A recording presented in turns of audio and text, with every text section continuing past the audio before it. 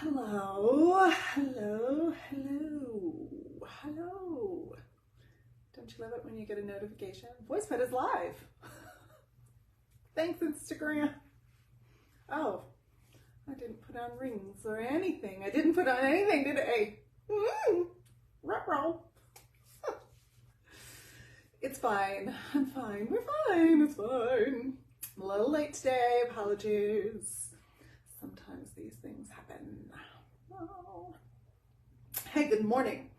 Good morning. It is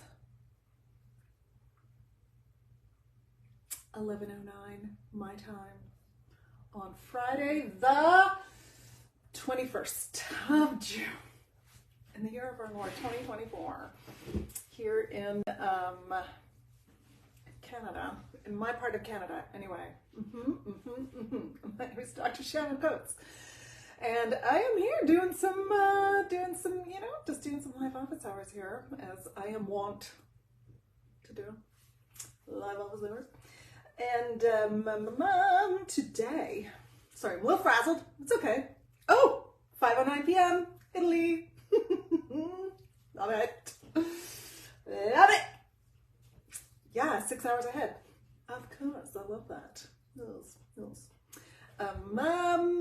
Yes, I am wont to do some live office hours today. What are we talking about today? Well, oh hey, Lizarina Hearns. Oh, what are we doing today? Today, subject of today's live office hours: why I don't teach breathing for singing. I know, I'm very saucy about why I don't teach breathing for singing. Why don't I teach breathing for singing? So let me clarify a couple of things. Yes, I don't have, anyway, I've got, yeah, it's fine. Part of the reason that this particular subject has been on the books for, I don't know, quite a while now actually, and I was supposed to do it last week, but I wasn't feeling good last week, so I did not. So I moved it to this week for live office hours, because it is a subject that comes up quite a lot, and it comes up quite a lot in the work that I do with voice teachers when I'm working with voice teachers. It comes up quite a lot in the work, and it's sort of this output of when we're talking about teaching, and when we're talking about pedagogy, and we're talking about working with singers as whole beings, and when we're talking about supporting singers to trust their bodies, and supporting singers to trust that their instruments, and to understand their instruments, and to have agency over their instruments, and have agency over their bodies, and to be able to trust their own bodies, right? So this is the work that we're doing in pedagogy, in my corner of the world, in pedagogy anyway. And this is a sort of, in many ways, it is counter-cultural to do this work in this way, and to do this kind of teaching in this way. In many ways, it's countercultural. What do I mean by that? I mean that the primary work that I do with the voice teachers I'm working with, the VoicePed degree, for example, if you're working with me in one-on-one, which you're welcome to do as well, pedagogy-infused voice lessons. I also do VoicePed consults, which is a slightly different thing, but the primary work that we're doing is not about necessarily, let's figure out what's wrong, let's understand how the instrument works, let's figure out the vocal instrument 101, let's do the anatomy and physiology, let's understand what that sound means, and what that sound, when you hear that sound, here's what you have to do to fix it. We are actively confronting that philosophy and that mentality in teaching and in voice pedagogy. We are actively working against that, to confront that, and to not do that work, and for our pedagogy to not be diagnostic, from the diagnose and prescribe philosophical background, right? So we're working very hard to change the pedagogy and to change our philosophic understanding, and for our pedagogy to align with our values. So we're talking about our values are: you as the singer have agency over your voice. I, as the voice teacher, am here to support your journey of agency, your journey of learning, your journey of understanding your voice, your journey of understanding what your voice needs, how your voice works best to create the sounds that you want to create and to communicate in the way that you want to communicate. That's what I'm here for. I am not here to tell you what is wrong with your voice, how you have to fix your voice, what you're supposed to sound like, how you, what you're doing that is going to hurt your voice. That's not what I'm here for. That is not my role as the expert in the voice studio. And that has been our role. And that is what culturally and academically and Western educationally, that is the message, the received message around what we're supposed to do as voice teachers. Is we're supposed to diagnose, we're supposed to understand what the sound is, and then we're supposed to understand how people are creating the sound and what is wrong with what they are doing with the sound, with their bodies, in order to create that sound, and how to fix it. And when we start from the what is wrong with the sound and I have to fix it, my role is to prescribe an exercise, prescribe something that is going to make sure that you fix your singing or fix the way that you are making the sound so that you make the sound. In some cases, we're like, so you make the sound you want to make. But in most cases, we're in our minds, we're like, so you make the sound I want you to make, or I think you should make, right? Deeply inside of us, that is the way that we are thinking. And what that leads to then is this emphasis or this value on being able to diagnose what is wrong, right? So this becomes this like emphasis on like the way that I am a good teacher or an effective teacher is if I can say what is happening with every single sound that I'm hearing, and if I can tell the singer what to do differently, right? How to change it, what physiological thing they need to change. And again, there's nothing wrong with being able to do that, right? Like that is not the point here. The point is that when we come from the philosophical understanding or this received cultural understanding, if you will, or this legacy of master apprentice teaching, diagnostic teaching, that says that I am in charge of your, what is wrong with your body and your singing, and my job is to tell you what's wrong and to tell you how to fix it, to prescribe. When we come from that philosophical background, or when we understand that that is our role, we glom on to various systems rather than seeing the person as a whole singer, right? So we glom onto these little systems or these little, yes, and exactly. And often, many times, the students bring that into the studio with them. Absolutely, right? So they come, and that is the expectation as well. I was just talking about this with one of the teachers in the voice ped underdegree, where not only are we doing the work to re-educate ourselves and to reframe our teaching philosophy for ourselves, but we are constantly working to then communicate that and model that for the singers we're working with, because the singers come into the studio saying, this is the thing that's wrong with me. I'm here because you are good at fixing things. Your job is to fix me, right? Like singers come into the studio with that in the back of their mind. So we are constantly in this like, not only are we fighting it in ourselves and trying to recognize this and fight it in ourselves, but we are also working to re-educate, reframe, model for the singers we're working with, right? Who also have that same kind of understanding of what your role is supposed to be and what my role is supposed to be in the voice studio. Yeah, they absolutely bring it with them. So whether they've worked with another voice teacher or not, sometimes they haven't worked with another voice teacher and or a coach, and that is what they bring with them simply because of culture, simply because of our understanding of what it means to be an educator or what it means to be a student, right? Like, absolutely, we bring that into the studio. And so when we are in that mindset, we pick up on these things that this is very similar to the kind of thing that I was talking about a couple of weeks back, where I was talking about when you have a hammer, everything looks like a nail, right? So I pick up on like, oh, I know a lot about breathing, and I know how breathing should work, and I understand alignment, and I understand posture, and so the thing that I'm going to work on, the thing that I always notice is breathing. And so then that's the first thing that I'm going to bring to the singer about the things that need to change. And so now we're going to do some breathing exercises, and we're going to make sure that their breathing is good in order to change their breathing so that they can be better singers, right? Like that's the system that I'm going to work on.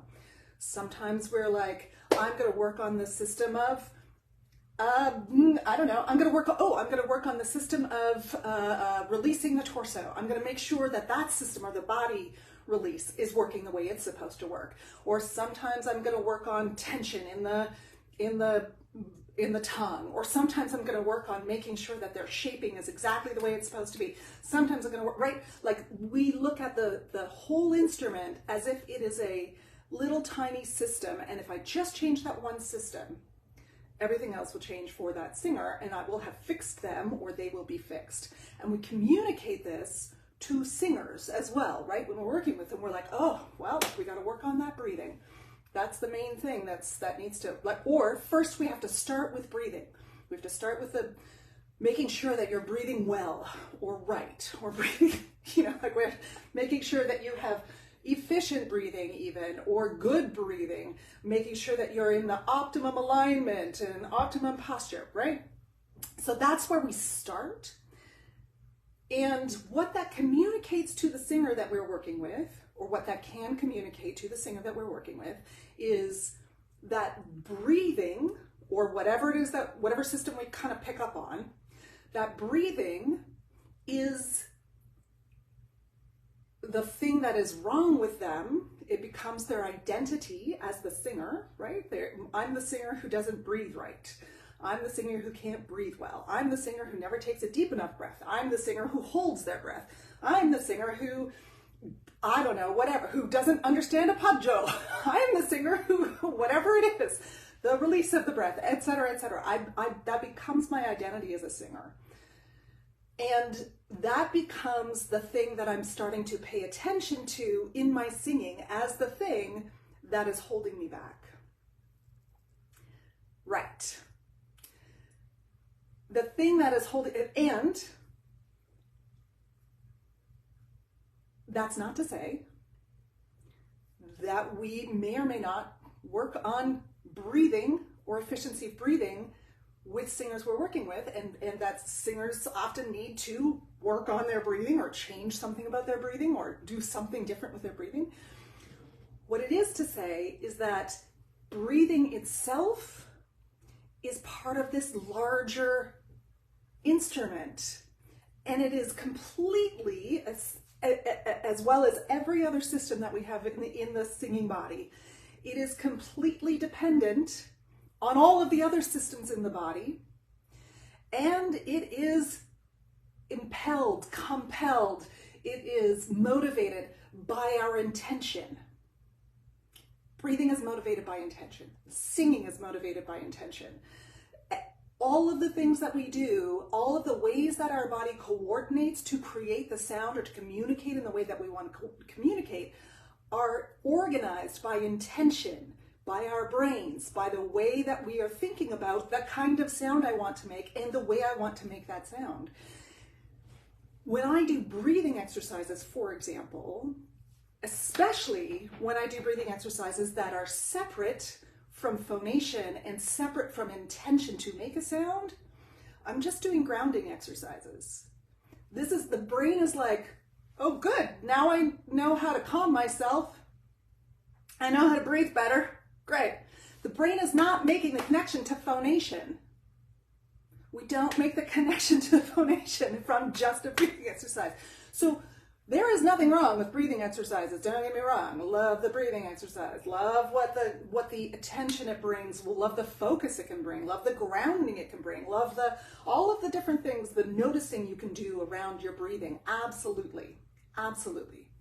But when we do breathing exercises as a system all by itself, just by itself here, same with tongue releasing exercises, same with any of the exercises we do to address a specific technical issue, when we do them devoid from the intention to communicate and the intention to use that, whatever that thing is, in the creation of a complex sound or in the midst of other coordinations, it is not useful as a breathing for singing exercise. It's not. There are some aspects that may be useful, but it is not doing what we think it's doing. Yeah? So that's one of the reasons I don't do breathing for singing exercises. Oh, you're so welcome. You're so welcome. I'm glad you found it interesting. Yes, good, or useful. That's one of the reasons I don't do breathing exercises in voice lessons as a general rule. The other reason I don't do breathing exercises specifically, like let's work on the breathing, unless I'm saying, let's do breathing exercises, let's get some grounding going. Do you feel like you want to have more grounding? Do you feel like you want to have a little more focus? Terrific. What do you feel is something that helps you to focus or helps you to get grounded or helps you want to feel like helps you to feel like you are in your body?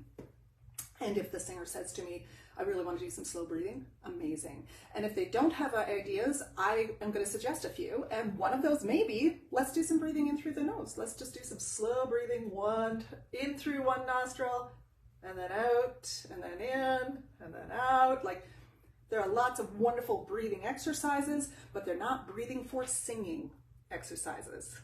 Not if we are not attaching them to an intention to make sound. Oh, thank you, Jen. Thank you. So the other reason that I don't do breathing for singing exercises or breathing exercises is that a far more effective way to teach and to learn, a far more effective way, a deeper learning experience, especially when we're talking about something where we're working in coordinations, motor skills, we're working on all of these, internal coordination type things. Thanks, Ellen, a far more effective way to learn and therefore for us to teach is for singers to discover the coordinations or discover the sounds or 70% of the sound they want to make, or get close to the kinds of sounds that they want to make, and then to observe what their body is doing in order to make those sounds. That is a far more effective, deep learning. And so when I hand you the learning, when I say to you, well, in order to make that sound, you've got to do this breathing, you've got to have this, and you've got to do this, and we've got to do this. Okay, now go. Whether or not the singer actually does accomplish it, that is still my learning. That is still my experience of your sound, right? You have not had an effective sort of observation of your own sound yet. What is far more effective is when I start to think in terms of upstream directives, if you will. That's Heidi Moss's language. When the singer and I are talking together and they're saying, I want to have this kind of sound, I would like to hear more of this in the sound, I feel like I'd like to have this, this, this, and this, and I'm thinking to myself, I may ask the singer, what does your body want to do in order to make that sound? I may be observing their hands as they're describing that sound, what their body is actually showing me as they're saying that sound. Often singers will say, I just want to have like more ease in the sound, I want to have more flow kind of, and you see how their hand is going like this? And I'm like, okay, their hand is literally communicating the motion or the thing that is probably going to get them more ease and flow in the sound, right? Do I have to then work on like exercises? No. What do I do? Oh, let's do some lip trills maybe. Let's do the first line of the song. Let's do oohs, whatever. And I would love to just let your hand tell you the level of flow. Follow your hand. Let's see what happens when we follow the hand. So then when they discover the sound, or 70% of the sound, Then I'm asking, what did your body do in order to get that sound? So now the singer is observing how their own internal coordination worked in order to create that sound. What does that mean? Now the singer is saying, I know that I can create these sounds, I can find these coordinations, and I can trust my body to find it for me because I went from intention and I allowed my body to coordinate toward the intention, right? And my body, we are very smart people. Our bodies are very, very smart, very, very good. So my body coordinated and did whatever the breathing requirement was, the inhalation requirement, whatever that breathing requirement was, my body did that as an internal coordination, intuitively, without me. Oh, yes, yes, yes. You're right there. Hey, Brazil as well, and Mexico. Hey, folks. Yes, that is such a good question. Let me get to that. Let me make sure I get to that. I will get to that. Question about, let me just say it out loud. This is a new voice pedagogy perspective. Does this apply in beginning singers? How can I teach them without telling them what to do? Yes, it absolutely does apply. And let me give you a couple of ideas afterwards. Yeah, because this is the question that people ask all the time. Yeah, but what about if people don't know how to coordinate yet? Or what if they don't know what kind of sound they want to make? What if they're like 8 years old and they have no idea? What if they're 8 years old and they really want to make, they really know? That's also the other side of that too. But yeah, what if they've never taken voice lessons before and they have no idea what how they want to sound yet? Yeah, this is a very good question. Sorry, so now that I've observed my body creating the sound from my intention, I know that I can start to trust my body, right? And what happens in our sort of old ways of pedagogy, we tell the singer, okay, that was the right one. Now, all of my understanding of whether or not I'm doing it right or wrong comes from the teacher, comes from external, right? So it comes from I am reliant on the voice teacher or the expert. I love it. Yeah. Working with your body sensations and always getting feedback from them, from your students, should be the daily routine. Yeah. Mm-hmm. I don't disagree. I don't disagree. Obviously. I will say that many of us feel that we are doing this, and often when I'm working with voice teachers, they are already on the path, and it feels like they're already doing it.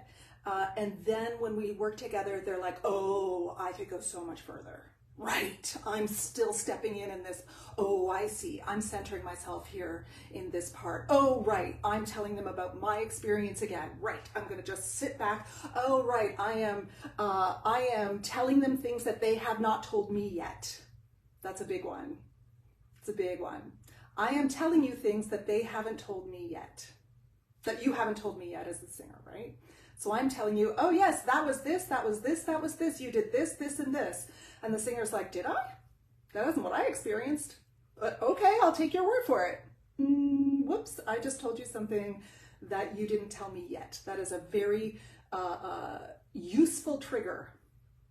A useful prompt or trigger, if you will, to know when you are about to center your experience, become the takeaway agency or not support agency in the way that you would like to. The trigger, like I said, the trigger is this: I am telling you something that you didn't tell me.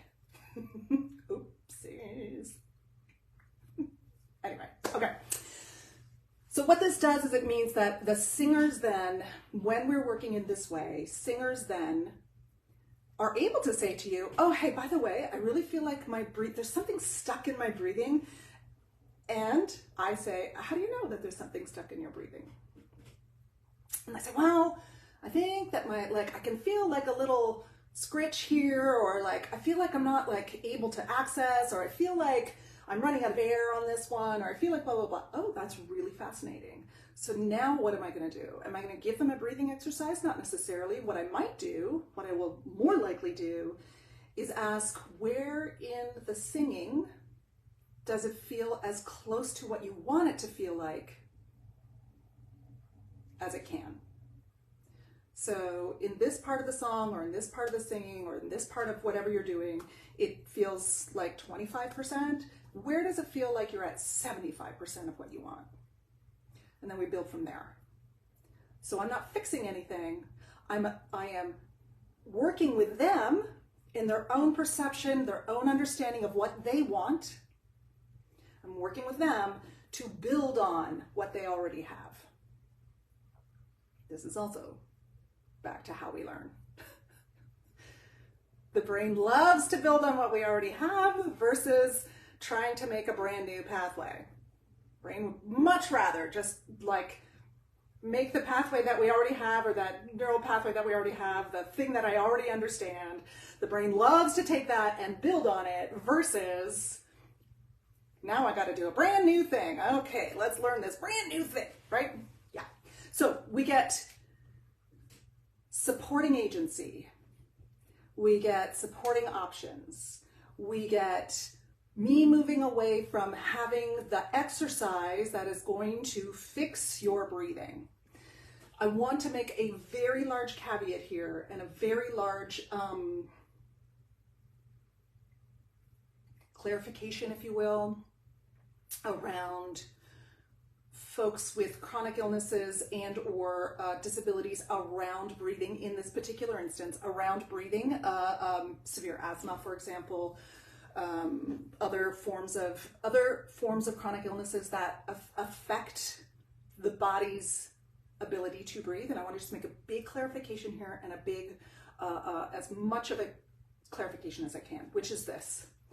If you are someone who is, who experiences that, who has a chronic illness that affects breathing in that way, you as the singer already know that that's a thing that is going to affect the sensation of inhalation, for example, the sensation of sustained breathing, the ability to sustain support, if you will, the ability to sustain energy, the ability to sustain, like all of those things. I've worked with folks with Ehlers-Danlos, for example, where the ability to sustain, the ability to actually have an inhale, and then this ability to sustain is very unstable. All of those kinds of things that affect the body, and particularly the breathing in that way, mean that while I may still not be doing breathing exercises, what we may be doing in those cases is drawing attention to what feels the strongest, what feels the most released, where does it feel like you've got the most sort of, bang for your buck, if you will, where does it feel like you've got the most, the most efficient use of what your body is able to give you. And we start to assess and trust that. So yes, there may always be this level of not being able to trust the body in a way, right? There may always be this sort of like, I'm not sure whether I'm going to be able to, but what we're working toward is we're still working toward assessment that allows us to know where I am on that day. The assessment process, the agency process that gives me agency over this body, it gives me agency, not over, but agency of the body, of my own body, so that I can make choices, right? I have the information I need to make the choices to be able to use, to have my body do the thing that my intention would like it to do, right? And to understand what the limitations may be, and to understand how that's going to impact my ability to sing and use my body in specific ways to make specific kinds of sounds. So we're still in that process, if you will, of supporting agency, allowing for this trust of the body to develop, in the sense of, I know, not necessarily in this blanket, I just trust my body, not in that sense, in the sense of, I can trust that I can assess my body. I can trust that I know my body well enough to know what the options are for me today, given what's happening to me today. So in that sense, and I want to just make clear as well, I know my original wording on my post said something along the lines of, show me a singer who wants to work on their breathing, and I will show you a singer, blah, blah, blah. And I changed that to, show me a singer who has been told that breathing is at the root of their technical issues or whatever, because singers come in wanting to work on their breathing for lots of different reasons. And if the reason that you are wanting to work on your breathing, for example, is because you have a chronic illness that really impacts your breathing, that's a whole thing, and that is valid, absolutely. Whether you have a chronic illness or not, whether you're able-bodied, anytime we are saying to the teacher, or we have this understanding that the teacher can tell me whether or not I can do the thing, the teacher will tell me what exercises I need in order to strengthen the thing, the teacher will tell me how to do the thing, that is, to me, that is not student-led pedagogy. That is still from, or an understanding of student-led pedagogy, right? That is still from this perspective of the teacher knows the thing, and yes. I hope that's clear. I hope that makes sense in terms of clarity around like the intention, I hope. Talking about young singers, just going back, let me come back to that question. Working, where is it? Right, so, does this apply in beginning singers?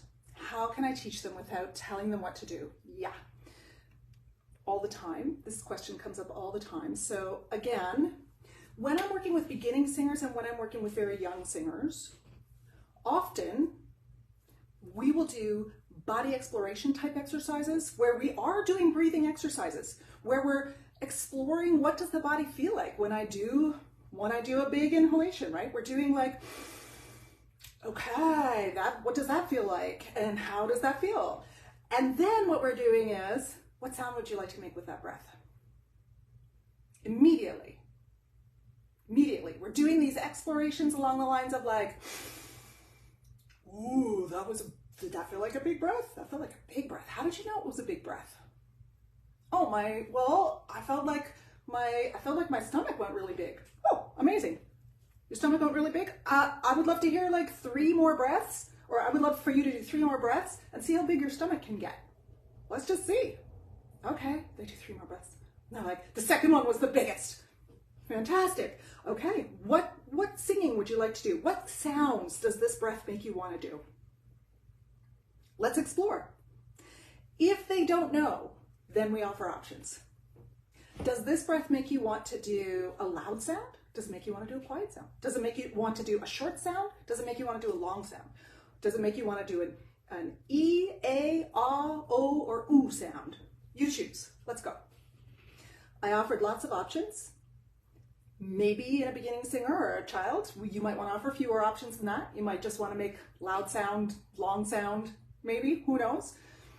But I offered the options. So now, basically when I'm offering options, I am starting to, oh yes, what sounds does this breath make you want to do? Basically when I'm offering those options, in a way what I'm doing is I'm modeling, giving, offering the language that they don't have yet in order to allow them to start to have the language, right? So right now, beginning teacher, options, let them choose. Right now, beginning singer doesn't have language to describe, right? So I say, what kind of sound does this breath make you want to make? Like, what does your body want to do with that breath? Basically, what kind of sound should we make? They don't know. That's fine. They've never been taught that they have options before. They've never been offered options before. No one's asked them to like consider that before. Great. I'm not telling them what to do yet. This isn't me telling you what to do when I offer you options. This is me showing you what the options are. So now you start to get the language to be able to, next time, you know, oh wait, I've got some language to describe this now. Or maybe 6 times from now, or maybe, next year. You start to have the language.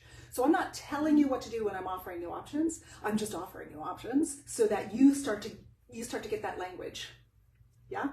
And so then we play with, what does that sound your body wants to do with that sound? Ooh, that's really fun. What other kind of sounds might you want to do? We play with that.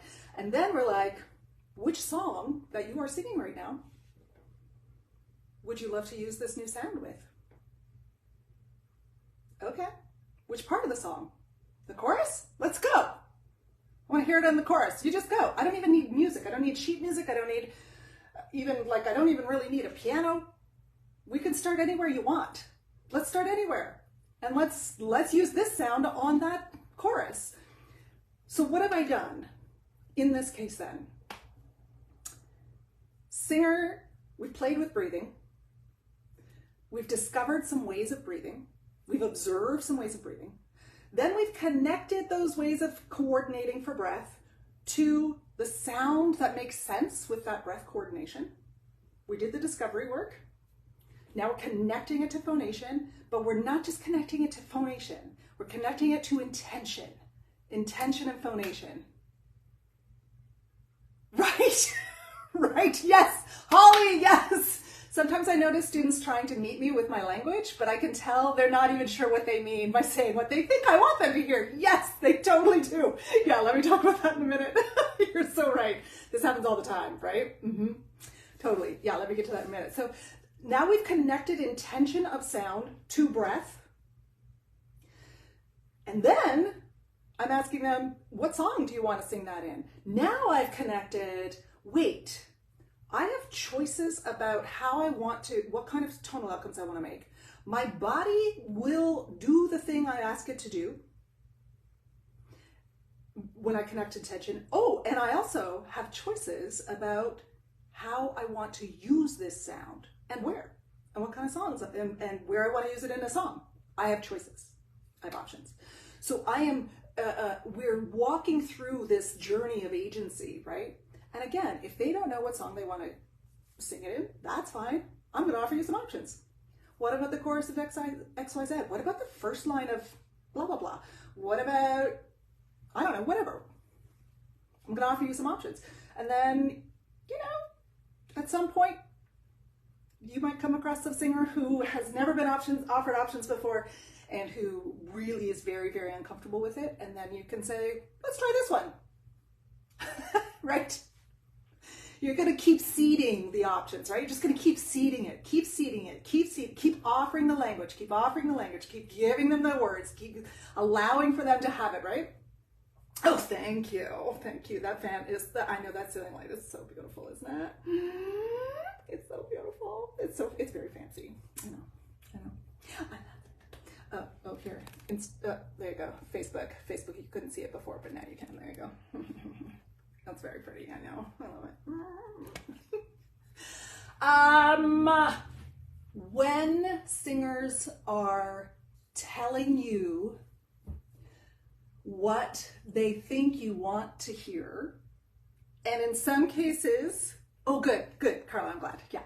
And in some cases are offering you language back that they've either heard from another teacher, right? Or maybe a choral director. Sometimes they'll hear it from choral directors and they'll be like, well, that felt like I was using my diaphragm. And you're like, okay, that's fancy. Mm-hmm. I'm sure I breathed from the diaphragm that time. Okay.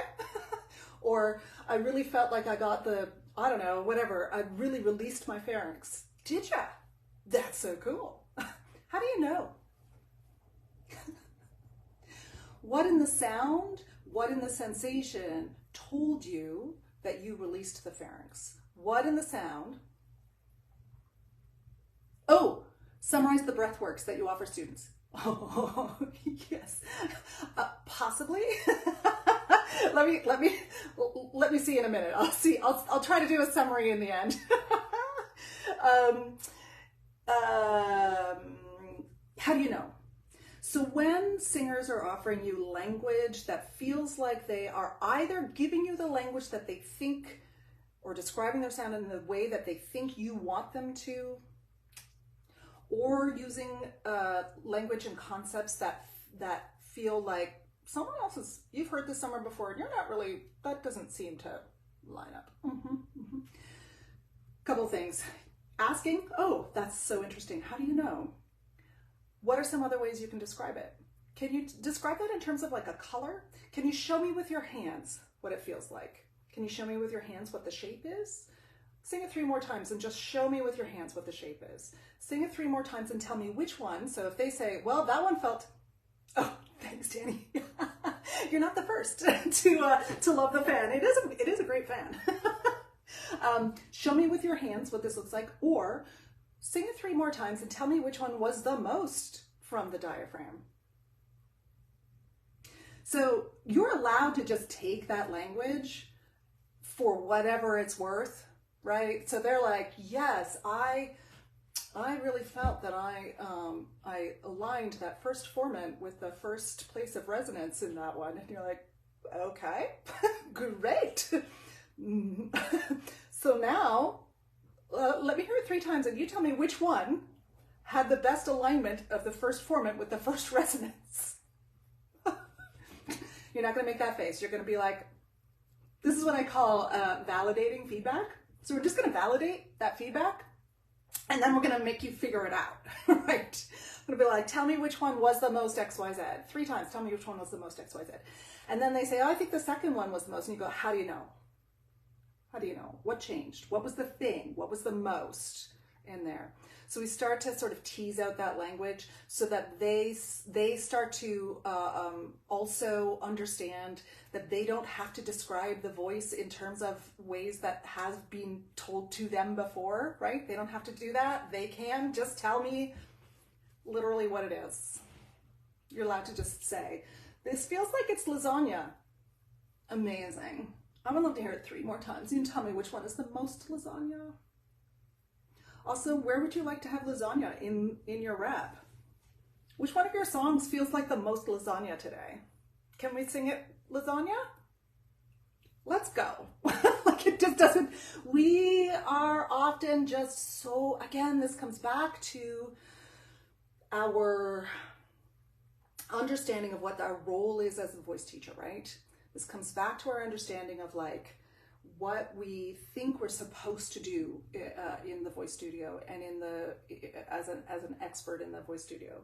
We think that if a singer tells us something that doesn't align with our understanding of anatomy and physiology, or if they describe a sound in a specific way that we did not hear at all, a prime example of this is often singers will say, that felt really breathy to me. And my understanding of breathy is I'm describing a tonal outcome. I'm like, that was not breathy. I know, right? Lasagna, whatever, right? Yes! I had a singer say to me once, I used the tip of the nose instead of the back end of the nose, right? Like, okay. How much more tip of the nose can you get? Let's do it. Let's go tip of the nose, right? Are they placing the sound in the tip of the, no? Do I need to correct their anatomy and physiology? Absolutely not. Because I'm not telling them, I'm not saying to them, yes, that's what you did. The sound is absolutely on the tip of your nose. What I'm saying to them is, ooh, that's a really interesting sensation or perception. Let's go for it. How much more to the tip of the nose can it be? So often we have this thing, coming back to the breathy as an example, often singers will say, that felt really breathy. And my first instinct is to be like, no, it wasn't, because the sound was really clear. What are you talking about? and also to correct them because I want to make sure that they know that the sound wasn't breathy.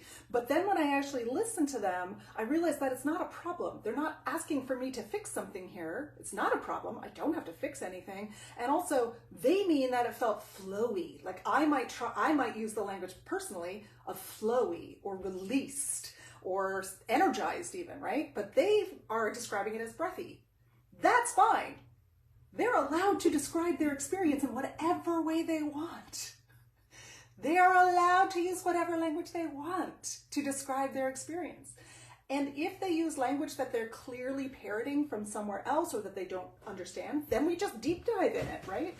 Then we say, okay, validate. Okay, that's really fascinating. Tell me which one is the most. And we observe their gestures. So if someone says to me, oh, it felt really breathy, I'm going, ooh, fascinating.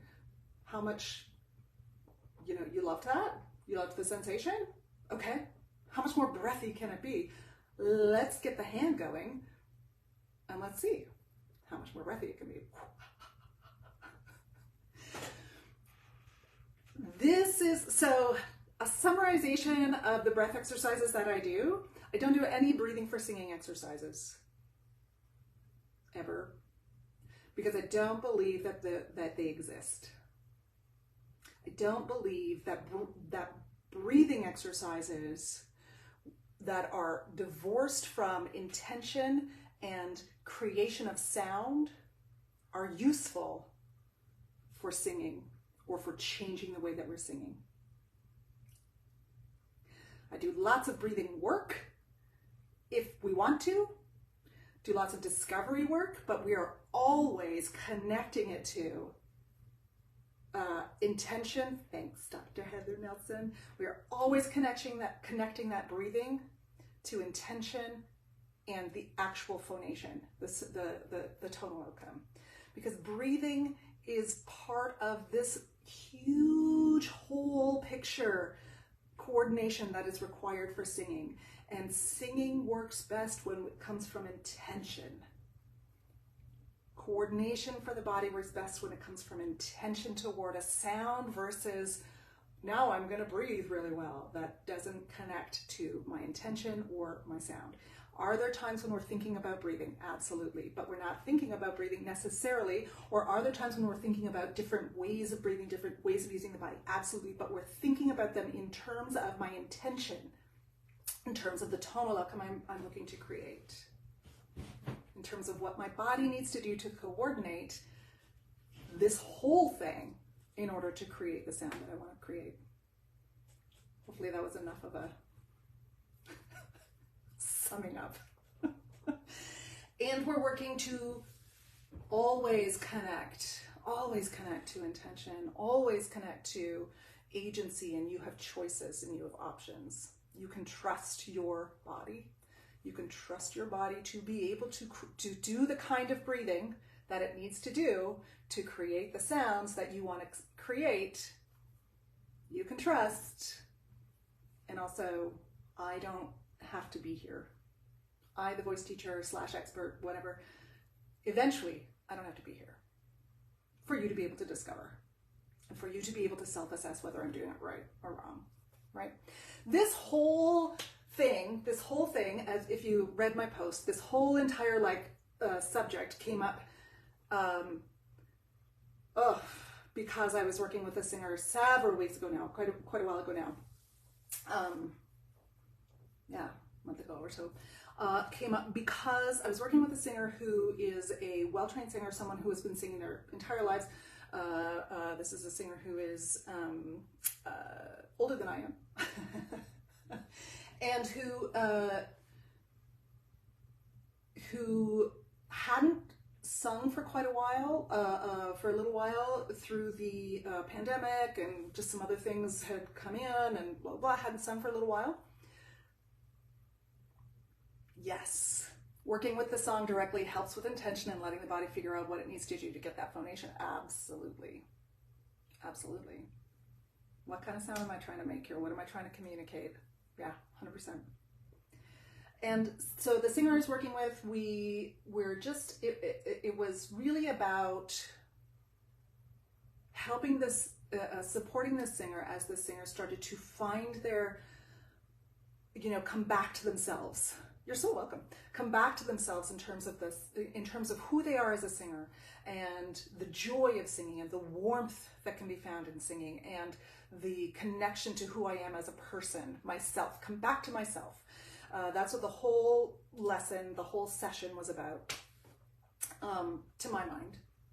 That is what they also expressed to me, is that they felt bereft from their body. They felt so disconnected from their singing voice and from their own voice. In some cases, they felt like they couldn't even practice at home or sing at home for joy or for the love of it, because they just felt so disconnected from the voice, and they did not want anyone else to hear them. So that is heartbreaking, especially for someone who has been singing their entire lives, who derives so much joy and so much pleasure from singing.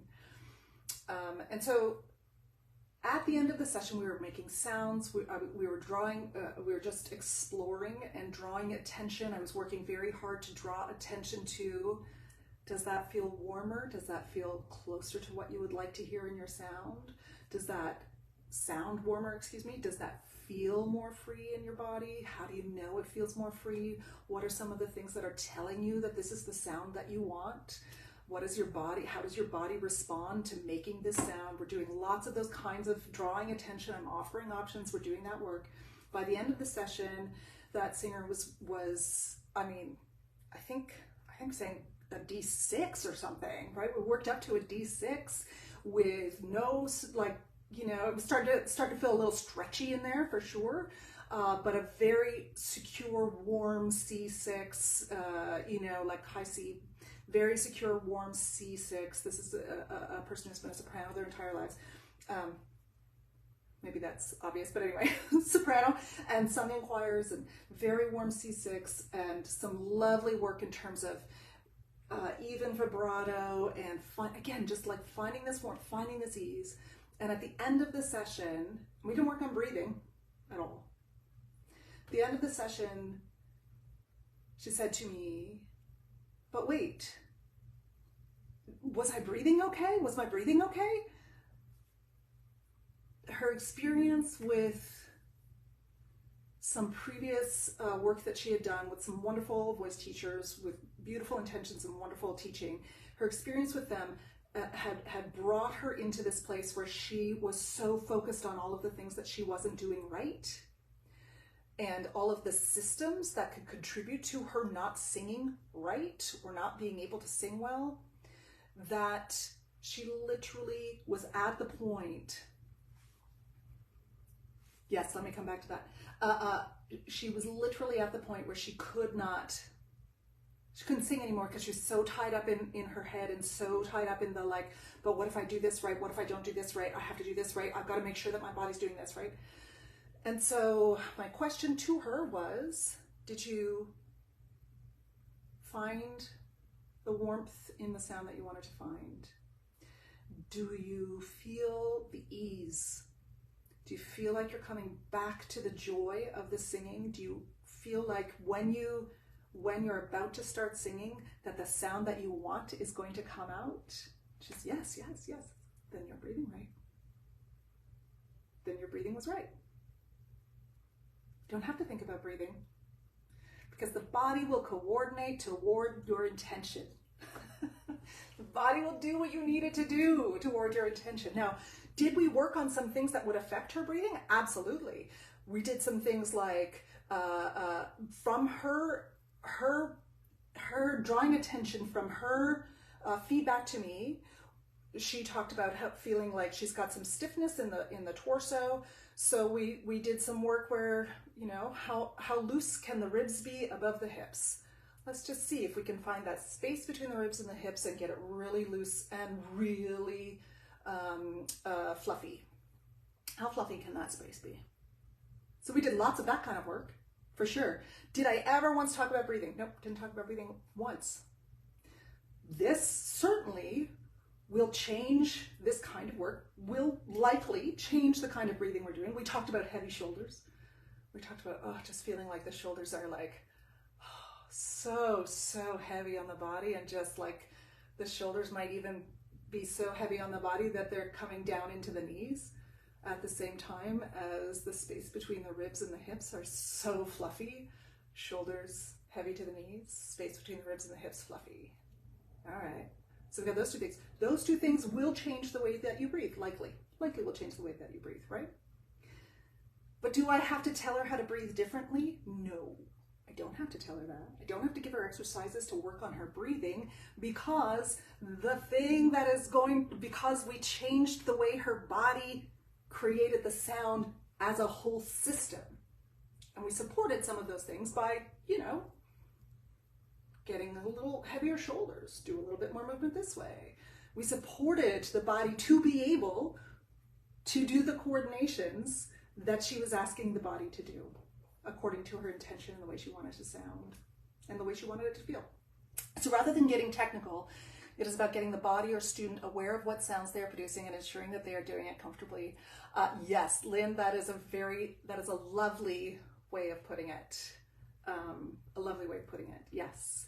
So we move out of this place of my role as the educator, my role as the voice teacher is to tell you what you're doing,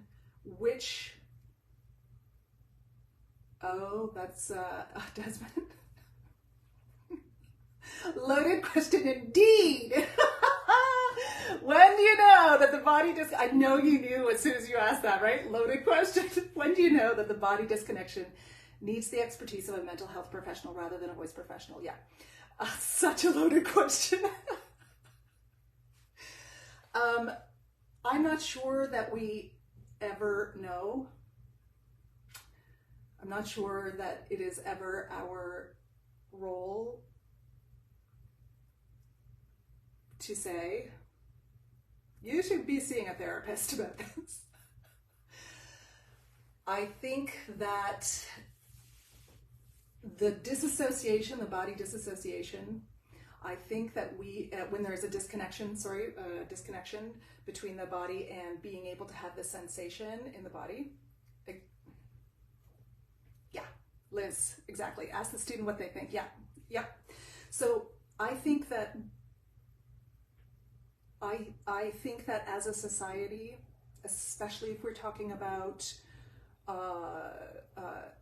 folks who've been socialized female, often, I just think that it is rare, the singer or person who does not have some kind of disconnection to the body in some way. I think that is a very rare occurrence in our culture, in our society, especially, like I said, speaking from my experience, folks who have been socialized female, especially if they've been, like I was, socialized in a sort of pretty typical evangelical background where the body is, sinful above all else, and who can know it, and where the body is, all of those things. So I think that is a fairly, obviously the degrees are differing, certainly.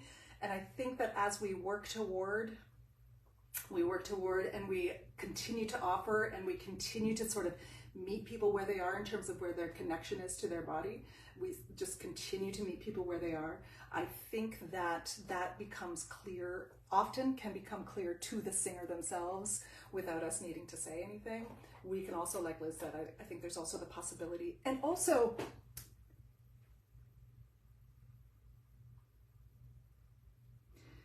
how do we know that it's the disconnection that is causing, when I'm observing a singer and I'm thinking, well, they're just not getting to where they should be.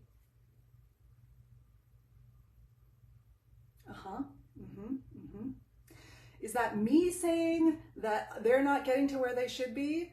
Or, right, the tendency is to be like, they're just not getting to where they should be. Or have I really done this work to be like, what do you want? How do you want to sound? What do you want to communicate? Are we getting toward where you want to communicate? And what you want to communicate? Have I done that work? I'm not saying you haven't, Desmond. It is a very loaded question. Thanks.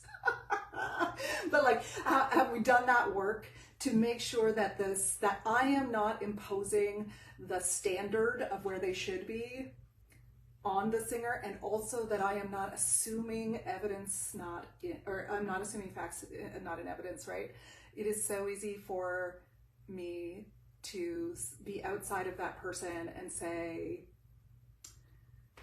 they're just not progressing, and it's because they can't breathe, because they've had XYZ, or because they've done XYZ, or because this thing is happening, right?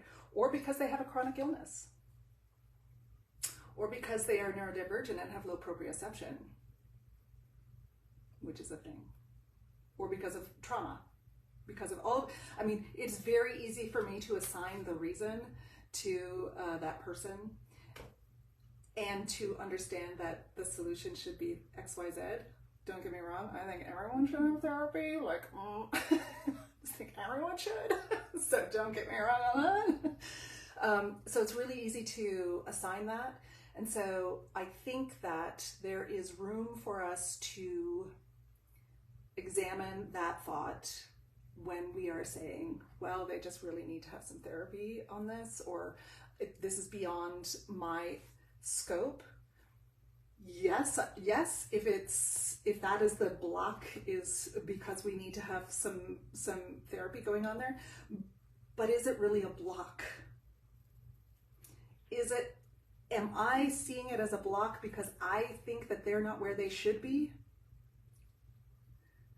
And if they're seeing it as a block because they feel like they're not where they should be, then they're going to probably come to that conclusion. What do you think? What do you think is going to be the thing that is going to be useful for you to come, to move beyond this block, or to be able to access in the way that you want to access? And also, I think there is a place to build from this find over fix, if you will, understanding. So you're not able to access XYZ. Where in the voice, which vowel, which pitch range, which sound gets you the closest to accessing XYZ sound or coordination? What feels like it's the closest to that? What's 50% of it? What's 40% of it? Can we build on that 40%? So we start with what the body already knows. We start with where we are, rather than I have to get the thing 100% every time.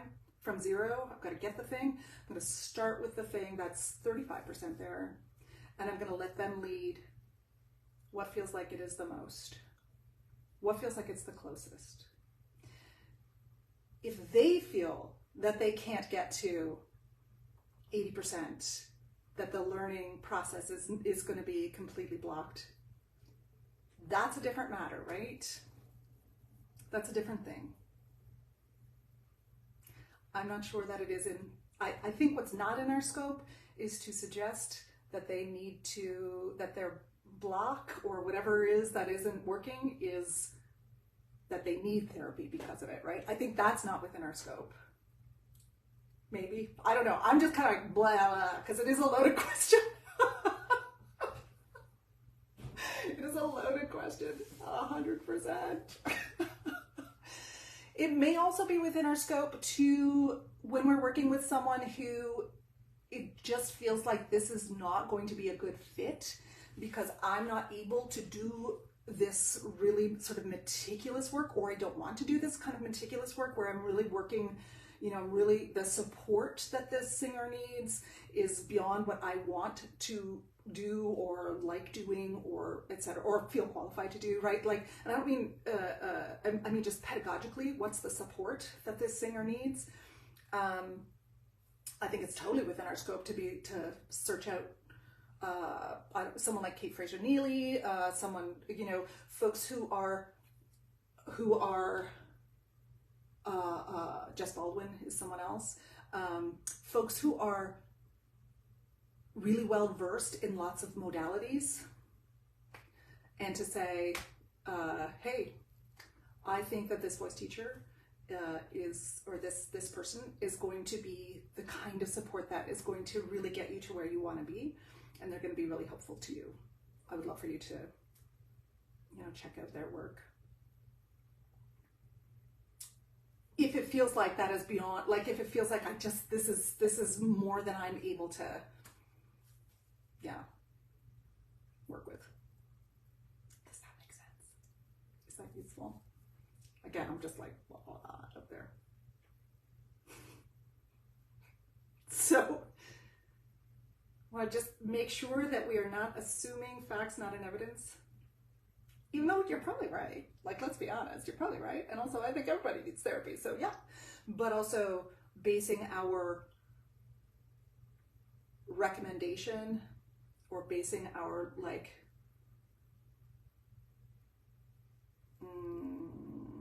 diagnosis.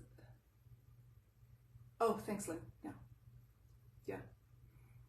Basing our sort of diagnosis on what is wrong based on sort of like, yeah, I think we want to just question that. Okay. Let's leave it there. Thanks, dude.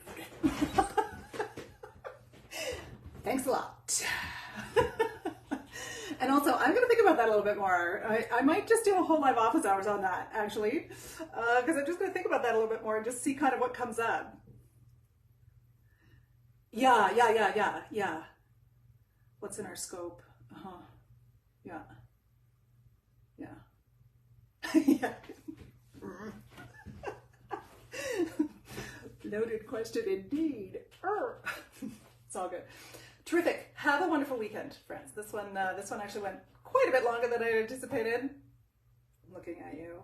It's all good. Have a great weekend. Have fun with that. See what that, let me know if some things change or if some things, click around to change how you're working in the studio. You're so welcome. Great. Have a good weekend. Finish. Okay.